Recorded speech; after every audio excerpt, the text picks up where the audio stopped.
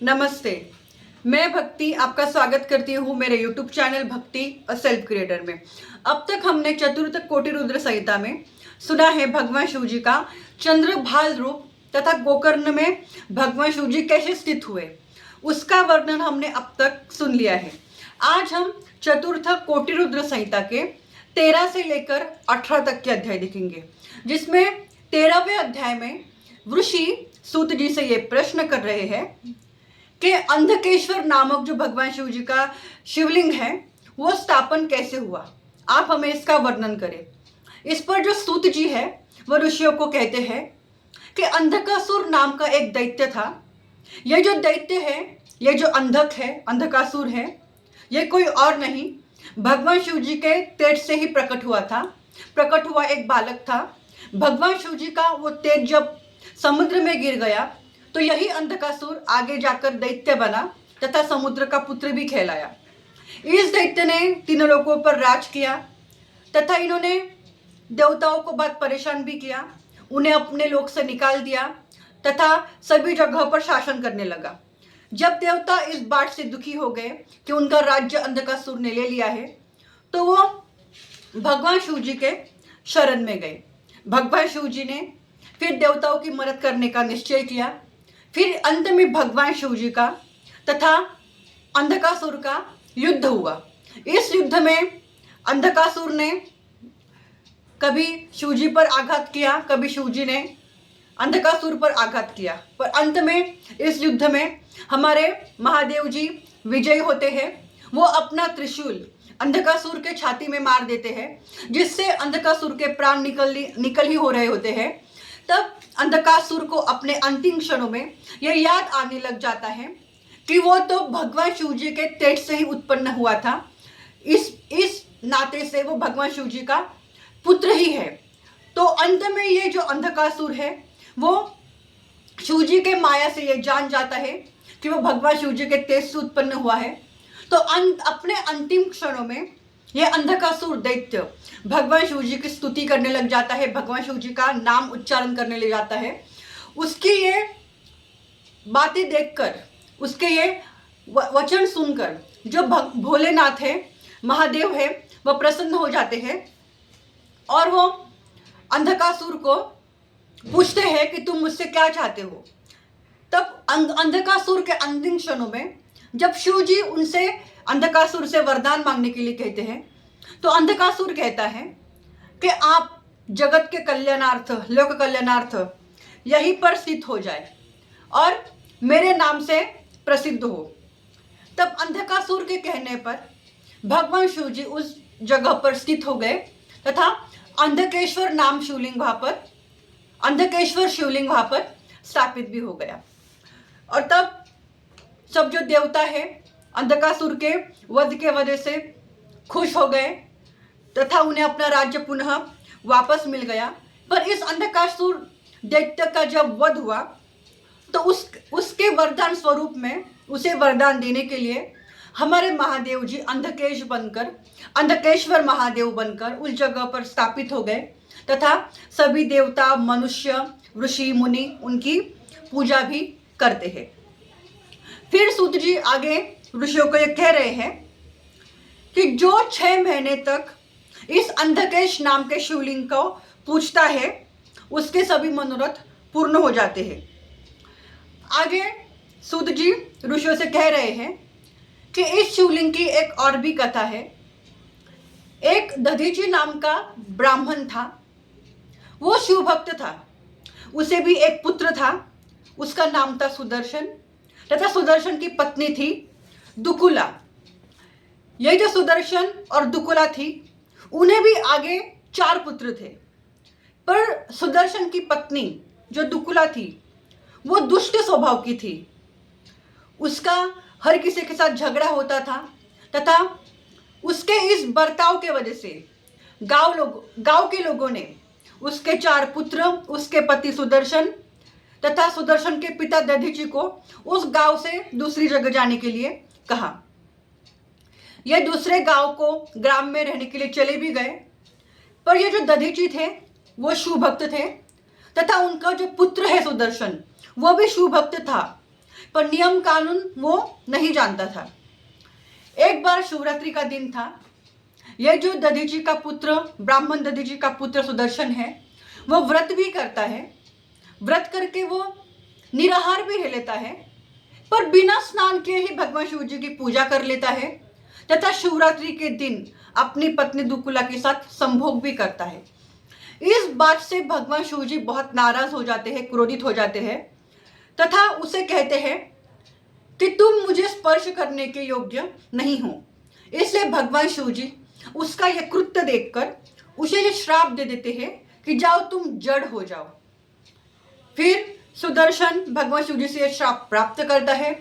फिर सुदर्शन ये बात अपने पिता ब्राह्मण दधीची को सुनाते हैं। दधीची इस बात को लेकर बहुत दुखी होते हैं तथा उसे कहते हैं कि तुम तो कुपुत्र हो, तुमने मेरे वंश का नाश कर दिया, तुमने भगवान शिव जी से कैसे श्राप प्राप्त कर लिया। दुखी होकर कुछ क्षण पश्चात जब समय व्यतीत हो जाता है तो दधीची ऋषि अपने पुत्र सुदर्शन को लेकर इस समस्या से निकलने का निवारण सोचने लग जाते हैं। तब दधीची ऋषि स्वयं भी अपने पुत्र को साथ लिए माता पार्वती की पूजा करना विधि विधान से शुरू कर देते हैं। फिर दधीची ब्राह्मण तथा उनके पुत्र सुदर्शन भी दोनों भी मिलकर माता पार्वती का, देवी गिरजा का विधि विधान से पूजन करना आरंभ कर देते हैं, माता की स्तुति करते हैं। इससे जो देवी पार्वती है, माता गिरजा है, वह प्रसन्न हो जाती है तथा गिरजा, ये जो हमारी गिरजा माता है, माता पार्वती है, वो सुदर्शन के सामने, उसके पिता दधीची के सामने प्रस्तुत हो जाती है तथा कहती है कि तुम्हें मुझसे क्या चाहिए, तुम्हें क्या वर चाहिए। इस पर दधीची कहते हैं कि भगवान शंकर द्वारा जो मेरे पुत्र सुदर्शन को श्राप मिला है उसका आप निवारण करें। फिर हमारी पार्वती माता भगवान शिव जी के पास में जाती है तथा माता पार्वती के समझाने पर भगवान शिव जी सुदर्शन को अपने इस कृत्य के लिए माफ कर देते हैं, क्षमा कर देते हैं तथा देवी गिरजा माता पार्वती शंकर जी से यह भी कहते हैं कि इस सुदर्शन ने मेरी बहुत तपश्चर्या की है, विधि विधान से मेरा पूजन किया है, इसलिए मैं इसे अभी मेरा पुत्र मानती हूँ, इसलिए आप भी इसे अपना पुत्र माने। माता की ये बात सुनकर हमारे भोलेनाथ सुदर्शन को अपना पुत्र स्वीकार करते हैं तथा उसका शाप भी समाप्त कर देते हैं तथा सुदर्शन से कहते हैं कि ठीक है, अब से आगे चलकर तुम मेरा पूजन कर सकते हो, मेरा दर्शन भी कर सकते हो तथा मुझे स्पर्श भी कर सकते हो। फिर हमारी माता गिरजा सुदर्शन को ओम नमः शिवाय यह मंत्र 16 बार संकल्प लेकर बोलने के लिए कहती है तथा माता सुदर्शन को गायत्री मंत्र भी देती है और हमारी माता चंडिका बहुत से मंत्रों के पाठ भी अपने पुत्र सुदर्शन से करवाती है। फिर अंत में जब भगवान शिव जी यह कृत्य देखकर सुदर्शन से कहते हैं कि तुम्हारा कल्याण ही होगा, मैंने तुम्हें क्षमा कर दिया है तथा माता पार्वती ने तुम्हें अपना पुत्र स्वीकार भी किया है। आगे भगवान शिव जी सुदर्शन से यह भी कहते हैं कि तुम अपने माथे पर गोल तिलक लगाया करो तथा मुझ पर जो नैवेद्य चढ़ेगा तुम उसे ग्रहण किया करो, जो भी मेरे ऊपर चढ़ेगा वो तुम्हारे पास तुम रखा करो। फिर आगे महादेव इस सुदर्शन से ये भी कहते हैं कि हे सुदर्शन, तुम्हें जो 4 पुत्र हैं उन्हें भी मैं बटुक बनाता हूँ, यानी कि भगवान शिव जी उन्हें चारों दिशाओं में अभिषिक्त कर देते हैं तथा महादेव जी अपने, माता पार्वती ने सुदर्शन को अपना पुत्र ही माना है, इसलिए भगवान शिव जी भी सुदर्शन को अपना पुत्र ही मानते हैं। इसलिए वो बटुक को, जो बटुक है, जो सुदर्शन के 4 पुत्र है, उन्हें भी चारों दिशाओं में अभिषिक्त कर कर, चारों दिशाओं के राजा कराकर उन्हें भी अनेकों वरदान प्रदान करते हैं। इस तरह से भगवान शिव जी द्वारा सुदर्शन के पुत्र, ये जो 4 पुत्र है, उनकी बटुक की स्थापना हुई तथा आगे महादेव जी ये भी कहते हैं कि जो तुम्हें पूजेगा, अगर किसी ने इन बटुकों को पूजा तो वो पूजा भी मेरी पूजा के समान ही होगी। उन्हें वही पुण्य मिलेगा जो तुम्हें पूजकर मिलेगा। फिर भगवान शिव जी के कृपा से इन बटुकों का आगे चलकर विस्तार भी हुआ। फिर आगे सूत जी ऋषियों को यह भी कह रहे हैं कि जब तक बटुक की पूजा न हो जाए तब तक शिव जी की पूजा शेष ही रहती है। अंत में हमें उनको भी पूजना चाहिए। शुभ घड़ी हो या अशुभ घड़ी हो, बटुकों का त्याग नहीं करना चाहिए। इस प्रकार दधीची ब्राह्मण के पुत्र सुदर्शन द्वारा माता पार्वती की तपश्चर्या होती है, पूजन होती है। फिर माता पार्वती सुदर्शन को अपना पुत्र बना लेती है। फिर शिवजी भी अंत में प्रसन्न होकर सुदर्शन को अपने किए के लिए क्षमा कर देते हैं तथा सुदर्शन के चारों पुत्रों को बटुक की उपाधि देकर चारों दिशाओं में उन्हें स्थित कर देते हैं। अनेकों वरदान भी उन्हें देते हैं। फिर सूत जी कह रहे हैं कि इन बटुकों को पूजना शिव जी के पूजा के समान ही होता है। ऐसा शिव जी सुदर्शन को कह रहे हैं। इस प्रकार अंधकासुर के वध के वजह से अंधकेश्वर शिवलिंग प्रसिद्ध हुआ तथा सुदर्शन के वजह से ये जो चारों उसके पुत्र थे उसके वजह से बटुक की भी उत्पत्ति हुई। ऐसा सूत जी ऋषियों को बता रहे हैं। तो अभी हम शुरू कर रहे हैं महाशिवपुराण के चतुर्थ कोटि रुद्र संहिता का 14वां अध्याय। इस अध्याय में सोमेश्वर जो ज्योतिर्लिंग है, जो हमारा पहला ज्योतिर्लिंग है, उसकी कथा सूत जी ऋषियों को सुना रहे हैं।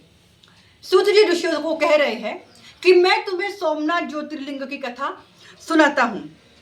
शिवलिंगों के महात्म्य को बताने के लिए तो 100 वर्ष भी कम पड़ जाते हैं, पर जैसा मैंने अपने गुरु से सुना है वैसा मैं तुम्हें अभी सुनाता हूं। तो हे ऋषियों, तुम अभी ग्रहण करो। सूत जी कह रहे हैं कि ये जो ज्योतिर्लिंग है सोमनाथ, ये चंद्रमा की वजह से स्थापित हुआ है। जो दक्ष प्रजापति है, ब्रह्मा जी के पुत्र, उन्होंने अपनी 27 कन्याओं का विवाह चंद्रमा से कराया था। पर ये जो चंद्रमा है वो दक्ष प्रजापति की 27 कन्याओं में से केवल और केवल रोहिणी से ही ज्यादा प्रेम करते हैं, उसे ही ज्यादा लगाव देते हैं। इस पर चंद्रमा की जो अन्य 26 पत्नियां हैं, यानी कि दक्ष प्रजापति की जो अन्य 26 कन्याएं हैं, वो दुखी हो जाती है और अपनी ये समस्या अपने पिता दक्ष प्रजापति को बताती है कि चंद्रमा केवल और केवल रोहिणी को ही ज्यादा प्रेम करते हैं। इस बात पर दक्ष प्रजापति चंद्रमा से मिलते हैं तथा चंद्रमा से कहते हैं कि तुम्हें अपने पत्नियों में इस तरह पक्षपात नहीं करना चाहिए, तुम्हें हर किसी के साथ एक जैसा ही लगाव रखना चाहिए। ऐसा समझा कर दक्ष प्रजापति पुनः अपने स्थान लौट जाते हैं। ऐसा समझाने के बावजूद भी चंद्रमा के बर्ताव में कोई भी फर्क नहीं पड़ता है। उसकी पत्नियां इसी समस्या से जूझ रही होती है। अंत में पुनः वो दक्ष प्रजापति के पास जाती है तथा कहती है कि चंद्रमा हमसे प्रेम नहीं करते हैं, वो रोहिणी को ही दुलार करते हैं। इस बार दक्ष प्रजापति का जो सहनशीलता होती है वो खत्म हो जाती है और वो चंद्रमा के सामने प्रस्तुत हो जाते हैं तथा चंद्रमा को क्षय रोग होने का श्राप दे देते हैं। जैसे ही दक्ष प्रजापति द्वारा चंद्रमा को श्राप मिलता है तो चंद्रमा का तेज क्षय होने लगता है, यानी कि कम होने लगता है। तो पृथ्वी पर यह बड़ी समस्या हो जाती है कि अगर चंद्रमा का तेज कम हो गया है तो पृथ्वी पर रोशनी कैसे होगी, रात में अंधकार दूर कैसे होगा।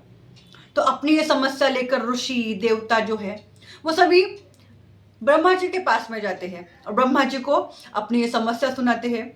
ब्रह्मा जी विस्मित होकर कहते हैं कि इसमें सारी जो गलती है वो चंद्रमा की ही है। उन्हें अपने पत्नियों के साथ ऐसा नहीं करना चाहिए था। वो अपने अपराध की ही जो अपराध का जो उनको जो दोष लग गया है उसके वजह से ही वो अभी इतना भुगत रहे हैं। इस समस्या का समाधान तो मेरे पास नहीं है, पर अगर चंद्रमा भगवान शिव जी के शरण में जाए, महामृत्युंजय मंत्र का जाप करे, महामृत्युंजय मंत्र का उच्चारण कर कर अगर चंद्रमा भगवान शिव जी को प्रसन्न करे तो शायद ये समस्या दूर हो सकती है। तो सभी देवता ब्रह्मा जी से ऐसा सुनकर चंद्रमा के सामने जाते हैं। चंद्रमा से कहते हैं कि तुम प्रभास क्षेत्र में भगवान शिव जी के तपस्या में लग जाओ। फिर चंद्रमा देवताओं से ब्रह्मा जी ने जो उपाय बताया है वो सुनकर प्रभास क्षेत्र में जाता है।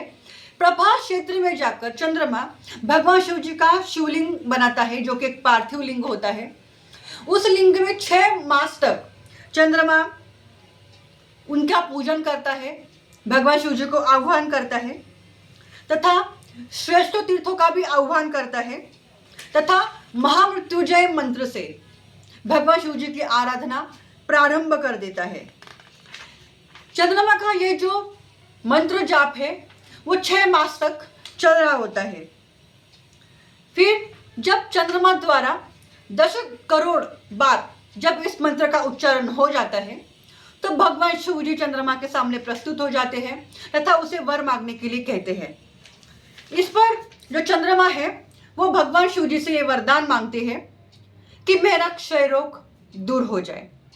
भगवान शिव जी फिर उनका क्षय रोग दूर करते ही है तथा चंद्रमा को अपने सिर पर धारण भी करते हैं और फिर चंद्रमा को एक दिन में, एक पक्ष में प्रतिदिन बढ़ने का वर भी देते हैं। यानी कि चंद्रमा एक पक्ष को प्रतिदिन बढ़ता ही रहता है। फिर जैसे ही देवताओं को, ब्रह्मा जी को, अन्य ऋषियों को, मुनियों को ये बात पता चलती है कि चंद्रमा को भगवान शिव जी ने दर्शन दे दिए हैं, तो सभी ऋषि, देवता, ब्रह्मा जी उस जगह पर प्रस्तुत हो जाते हैं जहाँ पर चंद्रमा भगवान शिव जी की आराधना कर रहा था। फिर सभी लोग जो है देवता भगवान शिव जी से कहते हैं कि आप यहीं पर स्थित हो जाए, इस जगह को आप अभी ना छोड़े। तब देवताओं की ये बात सुनकर भगवान शिव जी उस स्थान में सोमनाथ महादेव नाम से स्थित हो जाते हैं तथा जो अन्य देवता है वो वहां पर अपने ही नाम से एक कुंड बनाते हैं, ब्रह्मा जी और शिव जी की आज्ञा लेकर। फिर आगे भगवान शिव जी कहते हैं कि जो भी इस कुंड में स्नान करेगा वो सब पापों से छूट जाएगा तथा निरंतर 6 मास तक जो इस कुंड में स्नान करता है उसके क्षय, असाध्य रोग भी नष्ट हो जाएंगे तथा जो मैं यहाँ पर अभी सोमनाथ महादेव करके स्थित हो गया हूँ, तो जो मेरे इस सोमनाथ लिंग का दर्शन करेगा वह सब पापों से मुक्त भी हो जाएगा तथा मनोवांछित फल पाकर स्वर्ग को भी अंत में प्राप्त होगा। भगवान शिव जी के ऐसा कहने पर देवता प्रसन्न हो जाते हैं, ब्रह्मा जी भी प्रसन्न हो जाते हैं। फिर आगे सूत जी ऋषियों को कह रहे हैं कि इस प्रकार हमारे महादेव जी चंद्रमा की वजह से सोमनाथ महादेव बनकर स्थित हुए तथा उन्होंने चंद्रमा को क्षय रोग दूर होने का वरदान दिया तथा एक पक्ष में प्रतिदिन बढ़ने का भी उसे वरदान प्रदान किया। तथा सूत जी आगे कह रहे हैं कि जो मनुष्य भगवान सोमनाथ के उत्पत्ति की ये कथा सुनता है उसकी सभी कामनाएं पूर्ण होती है तथा वह सब पापों से मुक्त भी हो जाता है। तो हमने अभी समाप्त कर लिया है कोटि रुद्र संहिता शिव पुराण का 14वां अध्याय। तो अभी हम शुरू कर रहे हैं 15वां अध्याय। 15वें अध्याय में जो हमारा दूसरा ज्योतिर्लिंग है मल्लिकार्जुन ज्योतिर्लिंग, उसका वर्णन किया गया है। यह जो मल्लिकार्जुन ज्योतिर्लिंग है वो हमारा दूसरा ज्योतिर्लिंग है जो कि कुमार कार्तिकेय की वजह से स्थापित हुआ है। सूत जी ऋषियों को मल्लिकार्जुन ज्योतिर्लिंग की उत्पत्ति बता रहे हैं। सूत जी कह रहे हैं कि जो भक्तिमान पुरुष इस ज्योतिर्लिंग की दर्शन करता है वो सब पापों से मुक्त हो जाता है तथा पार्वती के पुत्र कुमार कार्तिकेय का जन्म कैसे हुआ, वो कैसे कैलाश पर्वत छोड़कर क्रौंच पर्वत पर गए, इसका वर्णन सूत जी ऋषियों को सुना रहे हैं, जो कि हमने पहले ही कुमारखंड में सुन लिया है। मैं अभी आपको वो संक्षिप्त में बताती हूँ। गणेश और कार्तिकेय में प्रतिस्पर्धा लगती है कि कौन पहले पृथ्वी की परिक्रमा पूरी करेगा। इस पर जो कुमार कार्तिकेय है वह पृथ्वी की परिक्रमा करने के लिए चल पड़ते हैं तथा गणेश जी अपने बुद्धि का उपयोग करके अपने माता पिता को ही पृथ्वी मान, सर्वस्व मान उनकी परिक्रमा कर लेते हैं तथा कहते हैं कि जो अपने माता पिता की परिक्रमा करते हैं उन्हें पृथ्वी परिक्रमा का पुण्य मिलता है। तो मैंने अपने माता पिता की परिक्रमा कर लिए है, तो मैं पृथ्वी प्रदक्षिणा पूरी कर चुका हूँ। शिव जी भी गणेश जी की ये बात मान्य करते हैं कि जो अपने माता पिता को पूछता है उसे पृथ्वी परिक्रमा करने का पुण्य मिलता ही है। तो कुमार कार्तिकेय और गणेश जी के बीच में यही एक स्पर्धा थी कि कौन पहले परिक्रमा करेगा। इस परिक्रमा में गणेश जी जीत चुके हैं तथा जो जीतेगा उसका विवाह पहले होगा ऐसा निश्चित था। तो गणेश जी विजेता होने की वजह से माता पार्वती और शिव जी गणेश जी का विवाह पहले करा देते हैं। जब कुमार कार्तिकेय पूरे पृथ्वी की परिक्रमा कर कर पुनः अपने कैलाश पर्वत पर जाने लग जाते हैं तो नारद जी उन्हें मिल जाते हैं। तो वो कहते हैं कि यह स्पर्धा तो गणेश जी जीत चुके हैं। गणेश जी ने अपने माता पिता की ही परिक्रमा कर कर ये प्रतियोगिता जीत ली है। इस पर कुमार कार्तिकेय निराश हो जाते हैं तथा दुखी हो जाते हैं कि गणेश ने तो केवल माता पिता की ही परिक्रमा कर ली, तो उसे विजेता कैसा घोषित किया गया। मेरे साथ अन्याय हुआ है, मैं पूरी पृथ्वी की परिक्रमा कर कर भी विजेता नहीं हुआ हूं। इस बात से रुष्ट होकर महादेव जी से और माता पार्वती से कुमार कार्तिकेय दूर हो जाता है। वो कैलाश पर्वत छोड़ने का निर्णय लेता है। वो महादेव जी को प्रणाम कर कर, माता पार्वती को प्रणाम कर कर क्रौंच पर्वत पर चला जाता है। पर हमारी माता पार्वती जो है, जो साक्षात अन्नपूर्णा है, वो अपने पुत्र के वियोग में दुखी हो रही है। कुमार कार्तिकेय को वो याद कर रही है। उनकी ये व्याकुलता देखकर महादेव जी सप्तर्षियों को भी कुमार कार्तिकेय के पास क्रौंच पर्वत पर भेज रहे हैं उसे वापस लाने के लिए। पर कुमार कार्तिकेय इतने नाराज है कि वो पुनः लौटना ही नहीं चाहते हैं। सप्तर्षि ये बात शिव जी को बताते हैं तथा अपने स्थान को लौट जाते हैं। फिर शिव जी सोचते हैं कि कुमार कार्तिकेय तो सप्तर्षियों के भेजने के बाद भी वापस नहीं आ रहा है। तो शिव जी ये निर्णय लेते हैं कि वो माता पार्वती सहित जाएंगे कुमार कार्तिकेय को पुनः लाने के लिए। तो माता पार्वती महादेव जी के साथ क्रौंच पर्वत पर जाने के लिए तैयार हो जाती है तथा वो क्रौंच पर्वत पर पहुंचते भी हैं।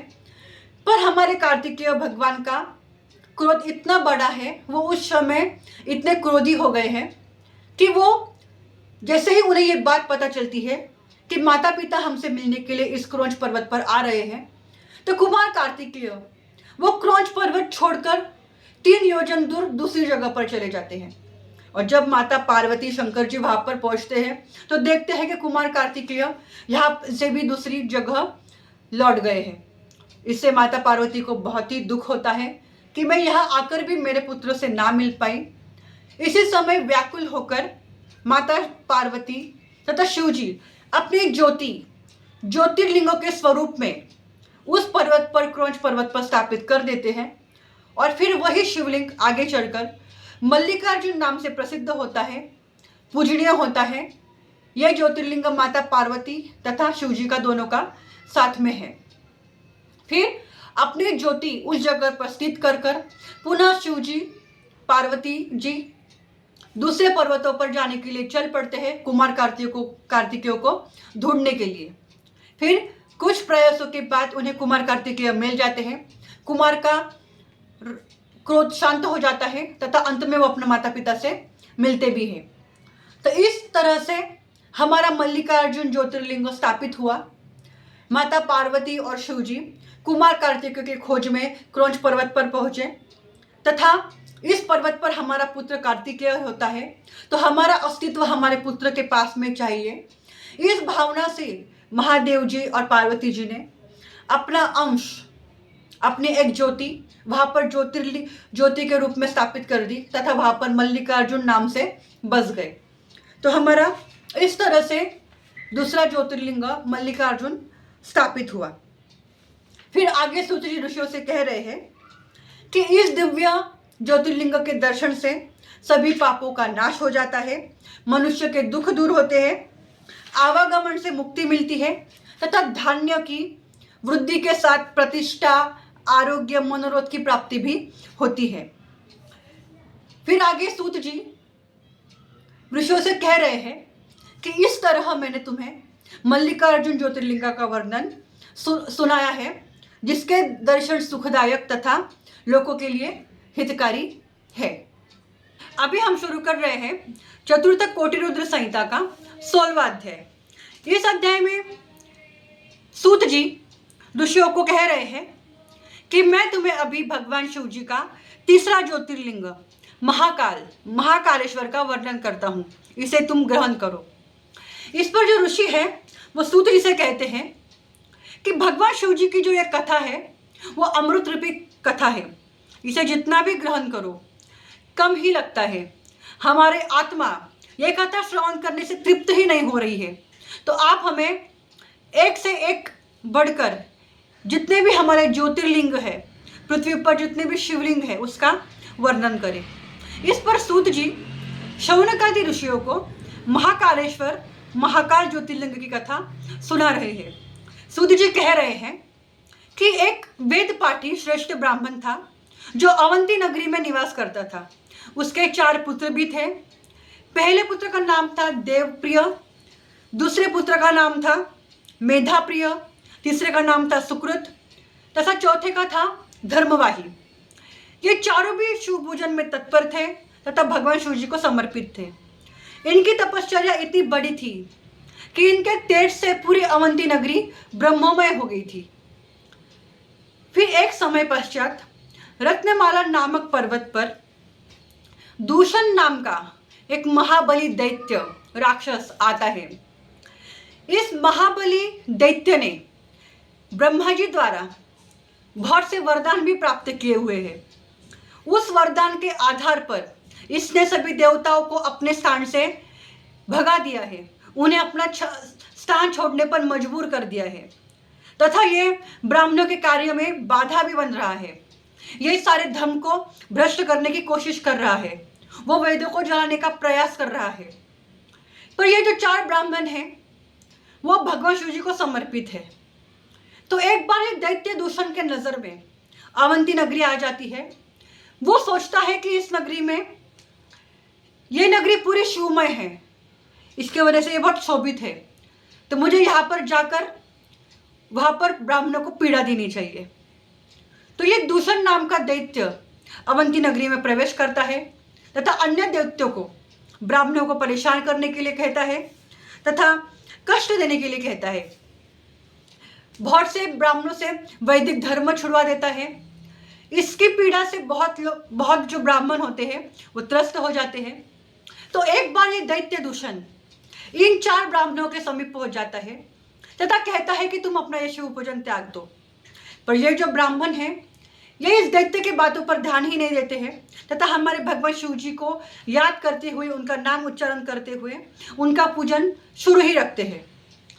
इस पर ब्राह्मण दैत्य से कहते हैं कि हम भगवान शिव जी के उपासक हैं, हम तुमसे डरने वाले नहीं हैं। जो मनुष्य भगवान शिव जी के आश्रित होता है उसे किसी का भय नहीं रहता है। इससे तुम अगर दैत्य भी हो तो हम तुमसे नहीं डरेंगे, क्योंकि हम भगवान शिव जी के शरण में हैं। तो इस बात पर दैत्य दूषण को बहुत क्रोध आता है और वो उन ब्राह्मणों को दौड़ने के लिए चल पड़ता है। वो अन्य दैत्यों को भी आह्वान करता है कि मारो काटो, यहाँ पर जितने भी हैं उन्हें मारो काटो। जैसे ही दूषण नामक ब्राह्मण इन 4 ब्राह्मणों के समीप पहुंचता है तो इन ब्राह्मणों के नक्षार्थ जो भगवान शिव जी को समर्पित थे, उन्होंने जो पार्थिव लिंग बना रखा था भगवान शिव जी का पूजन करने के लिए, उसी दिव्य पार्थिव लिंग में से एक दिव्य ज्योति उत्पन्न होती है, एक ज्योतिर्लिंग उत्पन्न होता है जिसका नाम है महाकालेश्वर महादेव, महाकालेश्वर ज्योतिर्लिंग, महाकाल ज्योतिर्लिंग। तो भगवान शिव जी जैसे ही महाकाल ज्योतिर्लिंग में से प्रकट होते हैं तो वो इस दूषण नामक दैत्य को भस्म कर देते हैं तथा सत्पुरुषों की रक्षा भी करते हैं।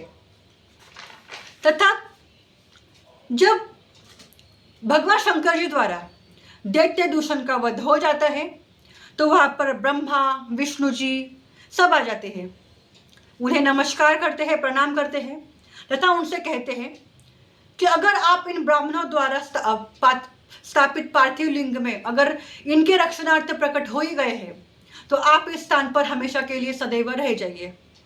तो सबकी विनती पर हमारे महादेव महाकाल में ज्योति रूप में स्थापित हो जाते हैं तथा वहां पर सदैव वास करके स्थित हो जाते हैं। तो यह कथा सूत जी ने ऋषियों को महाकालेश्वर ज्योतिर्लिंग की सुनाई है। सूत जी आगे ऋषियों को कह रहे हैं कि इसके पश्चात शिव जी ने जब वहां पर वो महाकालेश्वर ज्योतिर्लिंग में प्रकट हुए तो वहां पर जो ब्राह्मण थे उन्होंने उन ब्राह्मणों को संसार सागर पार करने की युक्ति भी दी तथा ब्राह्मणों को उपदेश भी किए तथा लोक के रक्षार्थ वो उस ज्योतिर्लिंग में उस लिंग में सदैव के लिए स्थित हो गए। इस प्रकार महाकालेश्वर नामक ज्योतिर्लिंग प्रसिद्ध हुआ तथा इसके दर्शन मात्र से स्वप्न में भी दुख नहीं होता है। आगे सूत जी ऋषियों को सुना रहे हैं कि जो प्राणी जिस कामना से इनकी सेवा पूजा करता है उसकी पूर्ण कामना होती है, उसे मोक्ष प्राप्त होता है। यह मैंने तुम्हें महाकाल शिव की उत्पत्ति की कथा सुनाई है, इसके आगे तुम क्या सुनना चाहते हो? इसका उत्तर ऋषिगण शौनकादि ऋषिगण अध्याय 17 में दे रहे हैं। शौनकादि ऋषि सूत जी से कह रहे हैं कि आप हमें महाकाल ज्योतिर्लिंग की कथा सुना चुके हैं, आप हमें एक बार पुनः महाकाल ज्योतिर्लिंग की कथा सुनाएं। इस पर सूत जी शौनकादि ऋषियों को कह रहे हैं कि ये महाकाल ज्योतिर्लिंग स्थापन होने के लिए एक बालक भी जिम्मेदार है, जिसकी कथा मैं तुम्हें अभी सुनाता हूं। आगे सूत जी ऋषियों को कह रहे हैं कि उज्जैनी नगरी में चंद्रसेन नाम का एक राजा था। यह राजा सभी शास्त्रों के अर्थ जानता था, धर्मात्मा था, तत्वों को जानने वाला था तथा इंद्रियजीत था। वो बड़ा शिव भक्त भी था। बड़ा ही शिव भक्त होने के वजह से इसकी मित्रता भगवान शिव जी के परम प्रिय गण मणिभद्र से हो गई। तो भगवान शिव जी के गण मणिभद्र ने राजा चंद्रसेन को एक चिंता मणि दी। यह मणि पाकर राजा बहुत ही प्रसन्न हुआ, क्योंकि उसने वो चिंता मणि साक्षात महादेव जी के गण मणिभद्र से प्राप्त की होती है। वो मणि, उस मणि के दर्शन मात्र से, देखने से, सुनने से ही मानव का कल्याण होता था। तो शिव भक्त चंद्रसेन ने वो मणि अपने कंठ में यानी कि गले में धारण कर ली। इसके वजह से वो राजा चंद्रसेन बहुत ही शोभायमान होता, यानी कि बहुत ही शोभित हुआ था। सभी नगर में उसकी चर्चा थी। आस पड़ोस के जो राजा थे वो भी उससे यह खबर भी उन राजाओं तक पहुंच गई थी। जैसे ही आस पड़ोस के नगर के राजाओं ने राजा चंद्रसेन के कंठ में बंधी हुई वो चिंतामणि देखी तो उन्हें उसे पाने की इच्छा हो गई। वो राजा पर जलने लगे कि राजा चंद्रसेन के पास इतनी अद्भुत मणि कैसे आई। राजाओं ने राजा चंद्रसेन से वो चिंतामणि मांगी भी, पर राजा ने उसे देने से इनकार कर दिया। उन्होंने कहा कि शिवगण मणिभद्र ने ये मणि मुझे दी है, इसलिए ये मणि मैं तुम्हें नहीं दूंगा। तो जो सभी राजा है वो राजा चंद्रसेन के विरुद्ध एक षड्यंत्र करते हैं तथा कहते हैं कि हम सभी मिलकर राजा चंद्रसेन के राज्य पर आक्रमण करेंगे और उनसे वो मणि छीन लेंगे। राजा को जब ये बात पता चलती है तो राजा महाकालेश्वर का जो मंदिर है, ज्योतिर्लिंग है, उनके शरण में आता है। भगवान शिव जी को वो याद करने लग जाता है, उनका नाम उच्चारण करने लग जाता है। वो जब भगवान शिव जी का पूजन एक जगह पर स्थित होकर कर रहा था, जो विधि मार्ग कर रहा था, उसे करते हुए एक गोपी ने उसे देख लिया। उस गोपी के साथ उसका एक बालक भी था। कुछ समय पश्चात वो विधवा हो गई, वो स्त्री विधवा हो गई। उसका जो बालक था, उस बालक ने राजा चंद्रसेन को, जहां पर वो पार्थिव लिंग बनाकर पूजन कर रहा था, जो विधि उसने अपनाया था, वो देख लिया था। तब कुछ दिनों पश्चात उस बालक के मन में भी भगवान शिव जी की तपस्या करने की इच्छा प्रकट हुई। तो उसने एक जगह वो स्थित हो गया और अपने घर के आस पड़ोस से ही उसने एक पाषाण उठा लिया और उस पाषाण को भगवान शिव समझकर राजा चंद्रसेन ने जिस तरह मंदिर में बैठकर भगवान शिव जी के विधि मार्ग से पूजा कर की थी शत्रुओं से रक्षार्थ के लिए, उसी तरीके से ये बालक भी महादेव की पूजा करने लगा, शिव को पूजने लगा। उसने भगवान शिवलिंग की पूजा की। उसने धूप, दीप, अस्त्र, अक्षत, गंध, आभूषण, कृत्रिम पदार्थ महादेव जी को चढ़ाए। उनके यथोचित मार्ग से पूजा की, उन्हें पुनः पुनः प्रणाम भी किया। एक दिन इस बालक को शिव जी की पूजा करते वक्त देरी हो गई, तो इसकी माँ उसे भोजन करने के लिए पुकारने गई। उसके माँ ने 2 बार आवाज दी, 3 बार आवाज दी, 4, 5, 6 ऐसा बहुत बार आवाज देने के बाद ये बालक उसके माँ को जवाब ही नहीं दे रहा था।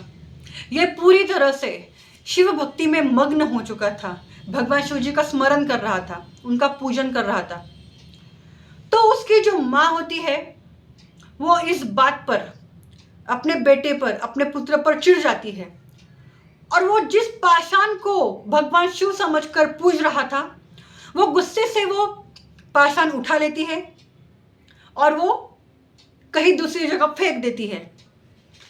जैसे ही वो बालक देखता है कि उसने माँ ने उसका वो पाषाण फेंक दिया है, उसकी पूजा नष्ट कर दी है, तो पुत्र अपने माँ से कहता है कि हे माँ, तुमने ये क्या किया? हे देव, ये क्या अनर्थ हो गया?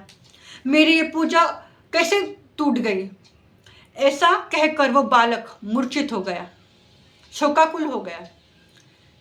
जब वो मूर्छा से बाहर आया, उसने अपने नेत्र खोले तो उसने उस वक्त देखा कि जहां पर वह भगवान शिव जी का पाषाण रखकर पूजन कर रहा था, वहां पर भगवान शिव जी ने उस पर कृपा कर दी है। उस जगह पर एक सुंदर शिविर बन गया था। वहां पर स्वर्णमय सोने के बड़े बड़े द्वार, सुंदर कपाट, वंदनवार लग गए थे। वहां बड़ी ही सुंदर नीलमणि शोभामान हो रही थी तथा सुवर्णों के कलश भी स्थापित थे। वहां पर स्फटिक मणि भूमि शोभित हो रही थी। गोपीपुत्र जिस पाषाण की पूजा कर रहा था, उस पाषाण में ही भगवान शिव जी अवतरित हो गए थे। इस तरह से एक बालक के भक्ति पर प्रसन्न होकर महादेव जी, हमारे महाकाल महादेव उस जगह पर स्थित हो गए, वहां पर आ गए। जब बालक ने वो दृश्य देखा तो उस बालक ने पुनः भगवान शिव जी की स्तुति करना, उन्हें नमस्कार करना प्रारंभ कर लिया। और फिर जब उसने देखा कि सूर्यास्त हो गया है, तो वो बालक उस जगह से उठकर अपने घर गया। जब वो अपने घर गया तो उसने देखा कि उसका भवन, उसका घर सुवर्ण का बना हुआ इंद्र के समान हो गया है। उसके माता ने दिव्य आभूषण पहन लिए हैं तथा उसकी जो दरिद्रता थी, उसकी जो गरीबी थी, वो पूरी तरह नष्ट हो गई है। जब वो बालक अपनी माता से मिला तो उस बालक ने अपने माता को वो प्रसंग भी सुनाया कि जहां पर वो पाषाण लेकर पूजा कर रहा था, वहां पर भी एक मंदिर बन गया है। महाकाल भगवान शिव जी वहां पर महाकाल नाम से अवतरित हो गए हैं तथा ज्योति रूप में वहां पर स्थापित हो गए हैं। जैसे ही ये बात माता पुत्र से सुनती है तो माता कहती है कि जो रात दिन शिव का स्मरण करता है उसे तो ऐसा सुखी होना ही है। फिर माता कहती है कि मैंने तुम्हारी भक्ति को न जाना, इसके लिए मुझे क्षमा कर दो। तुम बालक थे, तुम एक पाषाण के साथ खेल रहे हो, ऐसा मुझे व्यतीत हुआ। तुम्हारा और भगवान शिव जी का प्रेम मैं समझ ना पाई, पर यह तो अंतिम सत्य है कि भगवान शिव जी को जो समर्पित होता है, उनका पूजन करता है, उसे सभी चीज़ों की प्राप्ति, सभी सुखों की प्राप्ति होती ही है। दूसरी ओर राजा चंद्रसेन को भी यह बात पता चलती है कि एक गोपी के बालक ने, एक गोप ने भगवान शिव जी को प्रसन्न कर लिया है तथा भगवान शिव जी उसे दर्शन भी दे चुके हैं। तो ये बात सुनकर राजा चंद्रसेन उस बालक के पास जाता है, उसे आलिंगन करता है। उस समय बहुत ही अद्भुत दृश्य उपस्थित होता है। फिर सभी लोग, राजा चंद्रसेन, वो बालक, जो भी लोग वहां पर उपस्थित थे, वो शिव कीर्तन करना शुरू करते हैं। इस चरित्र युक्त शिव महात्मा को देखने से नगरवासियों की वह रात्रि क्षण भर में ही समाप्त हो गई। यानी कि राजा चंद्रसेन का, बालक का, भगवान शिव जी का भजन शिव शिव करते करते वो रात्रि उनकी समाप्त हो गई। दूसरी ओर बालक पर तो हमारे भोलेनाथ प्रसन्न हो गए, वो महाकाल में आ गए। पर राजा चंद्रसेन, जो कि शिवगण मणिभद्र का मित्र था, उसे उस चिंतामणि के लिए दूसरे नगर के राजाओं ने उसके राज्य को घेर लिया था। पर जैसे ही अन्य नगरों के राजा को यह बात पता चलती है कि राजा चंद्रसेन के नगर में एक ऐसा बालक है कि उससे प्रसन्न होकर साक्षात भगवान शिव जी वहां पर महाकाल बनकर प्रकट हो गए हैं, फिर वो सोचते हैं, तथा ये राजा चंद्रसेन भी शिव भक्त है तथा शिवगण मणिभद्र से उनकी मित्रता भी है, वो चाहे तो हमें विनाश हमारा कर सकते हैं, तो हमें राजा चंद्रसेन पर आक्रमण नहीं करना चाहिए। सभी राजा इतर नगर के ऐसा सोचकर राजा पर आक्रमण करना रद्द कर देते हैं। फिर वो राजा चंद्रसेन की ओर मित्रता का हाथ बढ़ाते हैं तथा अपने अपराधों की क्षमा मांगते हैं। फिर राजा चंद्रसेन और जो राजा लोग उसके राज्य पर आक्रमण करने आ जाते हैं, उनकी मित्रता हो जाती है। फिर सभी इतर देश के राजा और राजा चंद्रसेन उस बालक की प्रशंसा करते हैं, जिसके वजह से भगवान शिव जी वहां पर प्रकट हुए थे। फिर इतर राजा चंद्रसेन के नसीब को बड़ा ही प्रबल कहते हैं कि राजा चंद्रसेन कितना नसीब वाला है कि उसके नगर में एक ऐसा बालक है जिससे भगवान शिव जी को साक्षात यहाँ पर अवतरित कर दिया है, तथा राजा चंद्रसेन भी एक बड़े ही शिव भक्त है। तो इतर जो राजा है, राजा चंद्रसेन जो है, वो उस बालक को, जिसका नाम श्रीकर है, उसे अनेकों तरह के उपहार देते हैं तथा उस नगर में जितने भी गोप होते हैं, गोप गोपियां होते हैं, उन गोप गोपियों का राजा उस बालक श्रीकर को राजा चंद्रसेन बना देते हैं। फिर सभी जो अन्य नगर के राजा हैं, वो राजा चंद्रसेन को प्रणाम करते हैं और अपने कृत्य के लिए क्षमाप्राप्त हो वो बालक श्रीकर को भी उपहार देते हैं। जब यह प्रसंग घटित हो रहा होता है, उसी समय वानर राज स्वामी हनुमान जी उस जगह पर आ जाते हैं और कहते हैं, शिव जी के बिना अन्य कोई मनुष्य को गति देने वाला नहीं है। इस गोपपुत्र ने तो शिव की भक्ति करके गोपपुत्र श्रीकर ने अब बिना मंत्रों के ही अपने स्वाभाविक प्रेम से, अपने मन में उमड़े हुए प्रेम से भगवान शिव जी की पूजा की है, जिसके वजह से इसे आज इतनी कीर्ति प्राप्त हुई है। यह बालक श्रीकर अपने इस जीवन में समस्त भोगों को भोगेगा तथा अंत में मोक्ष को भी प्राप्त करेगा। तथा इसके 8वें वंश में 8वीं पीढ़ी में नंद नाम का गोप होगा, जो कि भगवान श्री कृष्ण जी के पिता बनेंगे, यानी कि विष्णु जी के अवतार भगवान श्री कृष्ण इस गोप के 8वें पीढ़ी में विराजमान होंगे। फिर यह गोपी पुत्र पूरे संसार में श्रीकर नाम से प्रसिद्ध होगा। यानी कि हम भगवान शिव जी की जो महाशिवपुराण कथा सुन रहे हैं, इसमें भगवान श्री कृष्ण का ऐसा उल्लेख आया है कि भगवान श्री कृष्ण जिस नंदलाला के घर पर यशोदा और नंद बाबा इन दोनों के घर पर जब वो आते हैं, प्रकट होते हैं, जब वासुदेव जी कारागार में से भगवान श्री कृष्ण को नंद बाबा के घर पर छोड़ते हैं, तो ये नंद बाबा कोई और नहीं, यही शिव भक्त श्रीकर के जो वंश है उनकी पीढ़ी की 8वीं पीढ़ी है। नंद बाबा इस श्रीकर की, शिव भक्त श्रीकर की 8वीं पीढ़ी है। इन्हीं के पीढ़ी में भगवान विष्णु जी के अवतार श्री कृष्ण आते हैं। तथा हनुमान जी आगे कह रहे हैं, भगवान हनुमान जी राजा चंद्रसेन को, अन्य नगर के राजाओं को तथा इस बालक श्रीकर को भी अनेकों तरह के उपदेश दे रहे हैं तथा अनेकों प्रकार के उपदेश देकर राजा को, बालक श्रीकर को आशीर्वाद देकर हनुमान जी अंतर्धान हो गए हैं। तत्पश्चात श्रीकर नाम प्राप्त कर ये गोपपुत्र परम तेजस्वी, धर्मात्मा ब्राह्मणों के साथ जुड़ने वाला तथा प्रेम से भगवान शिव जी की पूजा करने वाला बनता है। समय आने के बाद इनकी गति भी हो जाती है, यानी कि इन्हें मोक्ष भी प्राप्त हो जाता है। इस प्रकार सूत जी शौनकादि ऋषियों को महाकालेश्वर ज्योतिर्लिंग की, सत्पुरुषों की संगति, स्वर्ग तथा शिव भक्ति देने वाला यह वृत्तांत सुना रहे हैं।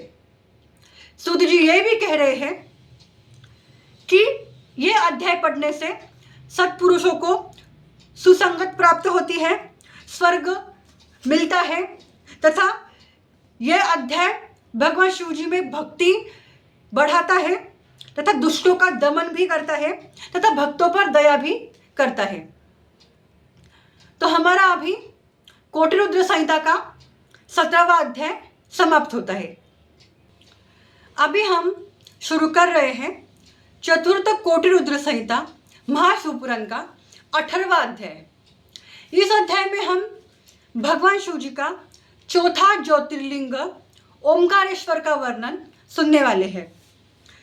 ऋषि सूत जी से यह प्रश्न कर रहे हैं कि आपने हमें महाकाल ज्योतिर्लिंग की अद्भुत कथा सुनाई है, अब आप हमें चौथे ज्योतिर्लिंग ओमकारेश्वर की कथा सुनाएं। इस पर सूत जी शौनकादि ऋषियों से कह रहे हैं कि एक बार नारद मुनि गोकर्ण तीर्थ में गए, वहां पर जाकर उन्होंने स्नान किया। गोकर्ण तीर्थ में जाकर ही उन्होंने भगवान शिव जी की पूजा की, सविधि उनको पूजन किया, उनके नाम का उच्चारण किया। तत्पश्चात वो विंध्याचल पर्वत पर चले गए। जब नारद जी विंध्याचल पर्वत पर गए तो नारद जी ने विंध्याचल पर्वत पर भी अपनी पूजा शुरू कर दी। वो भगवान शिव जी का पूजन करने लगे। इससे विंध्याचल पर्वत को ऐसा अहंकार हो गया कि मैं सर्वश्रेष्ठ हूं, इसके वजह से ही नारद मुनि मेरे ऊपर आकर पूजन कर रहे हैं। अपने इस अहंकार को लेकर विंध्याचल पर्वत नारद जी के सामने प्रस्तुत हो जाते हैं तथा नारद जी को कहते हैं कि मैं सर्वश्रेष्ठ हूं, मुझसे बड़ा कोई है ही नहीं। तो जो नारद मुनि है वो विंध्याचल पर्वत से कहते हैं कि हाँ, तुम सर्वगुण तो हो, पर सुमेरु पर्वत तुमसे भी बड़ा है तथा उसका देवताओं में भाग भी है, वहां तुम्हारी कोई भी गिनती नहीं है। ऐसा कहकर नारद जी उस स्थल से दूसरी जगह चले जाते हैं। पर विंध्याचल पर्वत ने नारद द्वारा जो ये वाणी सुनी, उसे बड़ा धिक्कार हुआ, उसे बड़ा दुख हुआ और वो ये सोचने लगा कि सुमेरु पर्वत मुझसे बड़ा है और देवता भी उसे विभाग देते हैं। तो इस बात पर दुखी होकर विंध्याचल पर्वत ने महादेव जी की आराधना शुरू कर दी, तपश्चर्या शुरू कर दी। विंध्याचल पर्वत ने बहुत ही कठिन तप किया। 6 महीने तक नित्य विंध्याचल पर्वत ने शिव जी की आराधना की। जब भगवान शिव जी उसके सामने प्रकट हो गए तो उसे वर मांगने के लिए कहा। तो विंध्याचल पर्वत ने शिव जी से वरदान में ये मांगा कि जिससे मैं अपने सब मनोवांछित कार्यों को अपनी बुद्धि से कर सकूं, ऐसा मुझे वर दीजिए। यानी कि विंध्याचल पर्वत ने ये मांगा कि मैं जो कार्य भी अपने जीवन में करूं वो मैं अपने बुद्धि से करूं। ऐसा वरदान मांगते ही भगवान शिव जी मन में विचार करते हैं कि यह विंध्याचल ऐसा वरदान मांग रहा है जिससे वो दूसरे को कष्ट दे सके। यानी कि वो मन वांछित, जैसा उसका मन चाहे वैसा कार्यों की वो सिद्धि कर सकता है, अपने बुद्धि से वो कार्यों की सिद्धि कर सकता है, इसे वो दूसरों को कष्ट भी दे सकता है। इसे ऐसा वरदान देना यानी कि दूसरों को कष्ट देना होगा। तो इस पर महादेव जी इस पर उपाय स्वरूप उसे तथास्तु तो कह देते हैं, पर उस जगह पर हमेशा के लिए स्थित हो जाते हैं। जैसे ही देवता ऋषि ब्रह्मा जी को यह बात ज्ञात होती है कि विंध्याचल पर्वत पर महादेव जी विंध्याचल पर्वत को वरदान देने के लिए उपस्थित हो गए हैं, तो सभी देवता ब्रह्मा जी उस स्थान पर पहुंचते हैं, उन्हें नमस्कार करते हैं तथा कहते हैं कि आप अभी इसी जगह पर स्थित हो जाए। फिर जो हमारे भक्तवत्सल महादेव जी शिव जी है, वो संसार के सुख के लिए ओंकार और प्रणव इन दोनों नामों से उस जगह पर, यानी कि ओंकार इस प्रणव नाम से उस जगह पर सदैव के लिए स्थित हो गए। यह जो ज्योतिर्लिंग है वो विंध्याचल पर्वत के तपश्चर्या के वजह से वहां पर स्थित हुआ तथा कुछ क्षणों पश्चात विंध्याचल पर्वत ने भी अपना कार्य साधा तथा अपने दुख का त्याग भी किया और उसने सदैव शिव भक्ति ही अपने जीवन में अनुसरण की। तथा जो देवता है, ऋषि है, ब्रह्मा जी है, उन्होंने भगवान शिव जी को ओंकार नाम से वहां पर स्थित होने के लिए, यानी कि उस पार्थिव लिंग में जो विंध्याचल पर्वत ने बनाया था, ओंकार और प्रणव नाम से भगवान शिव जी वहां पर ओंकारेश्वर से सदैव के लिए रुक गए तथा अंत में सूत जी ऋषियों को कह रहे हैं कि जो इस शिवलिंग को पूजता है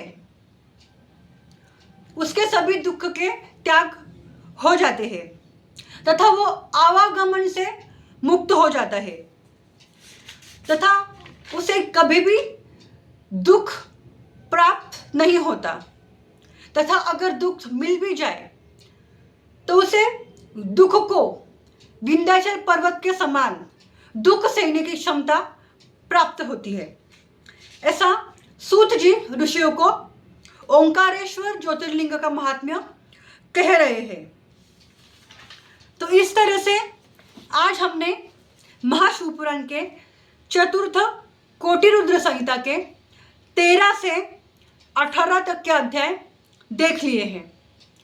आगे के अध्यायों में हम आगे जो ज्योतिर्लिंग वर्णित है उनका कथन सुनेंगे। तब तक के लिए आप जीवन शिवमय बनाते जाइए और शिव शिव कहते कहते जीवन व्यतीत करते जाए। सांब सदाशिव।